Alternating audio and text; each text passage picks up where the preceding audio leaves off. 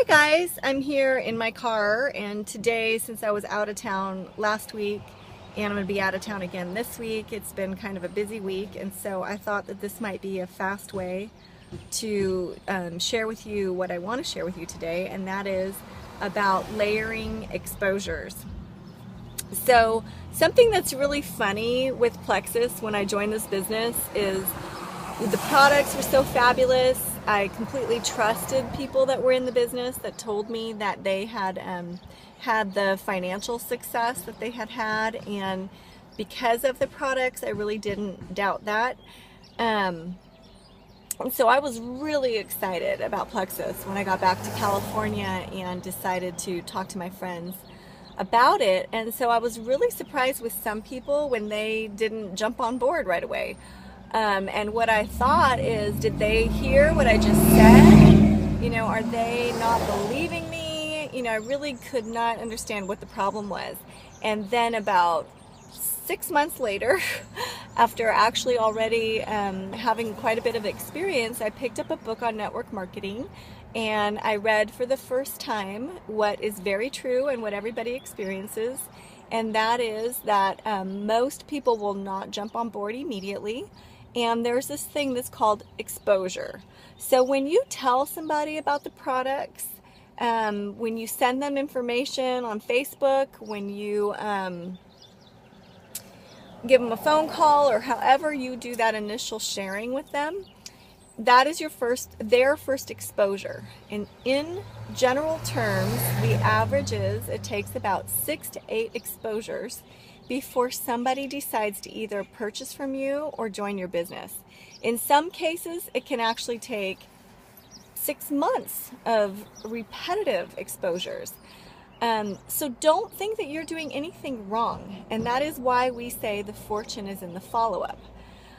People want to know, kind of like what Kristen talked about yesterday, is they want to know that you're the same person that they've always known, that you haven't turned into this crazy salesperson that only sees them as a number or a statistic now.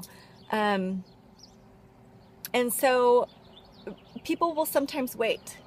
Also, maybe you haven't hit their hot button. You've been talking about weight loss, and what they're really struggling with is acne.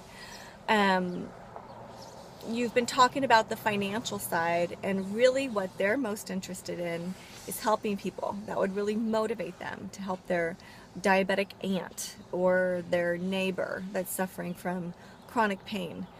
So don't think that the exposures that you're giving to people are falling on deaf ears, because I can guarantee you they're not. What people will look for is, are you consistent? Do you really mean what you're saying, or have you just been brainwashed by some crazy network marketing person? Because so many times in my life, the reason I was really opposed to network marketing is I had been approached and by a lot of different people, and you get afraid. You think, is somebody going to try to rope me into something? Is this one of those crazy things where my friend has been completely brainwashed and she's being scammed, and this is a terrible thing? And so this is a business, and the more I'm in network marketing, the more that I see that this is an excellent business model.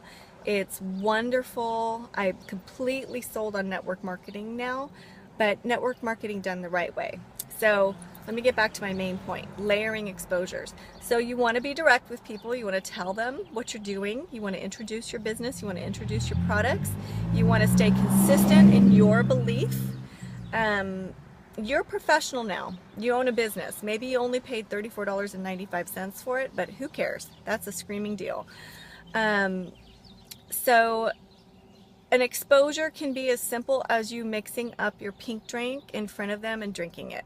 It can be a Plexus t-shirt. It can be inviting them to your launch party, telling them that you really want them to come. It can be posting on Facebook. It can be sending them a testimonial. Remember, you don't want to bombard somebody. You want to follow up appropriately.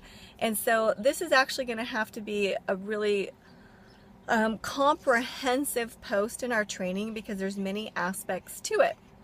You want to be organized in your exposing and your following up especially if it is somebody that has expressed an interest.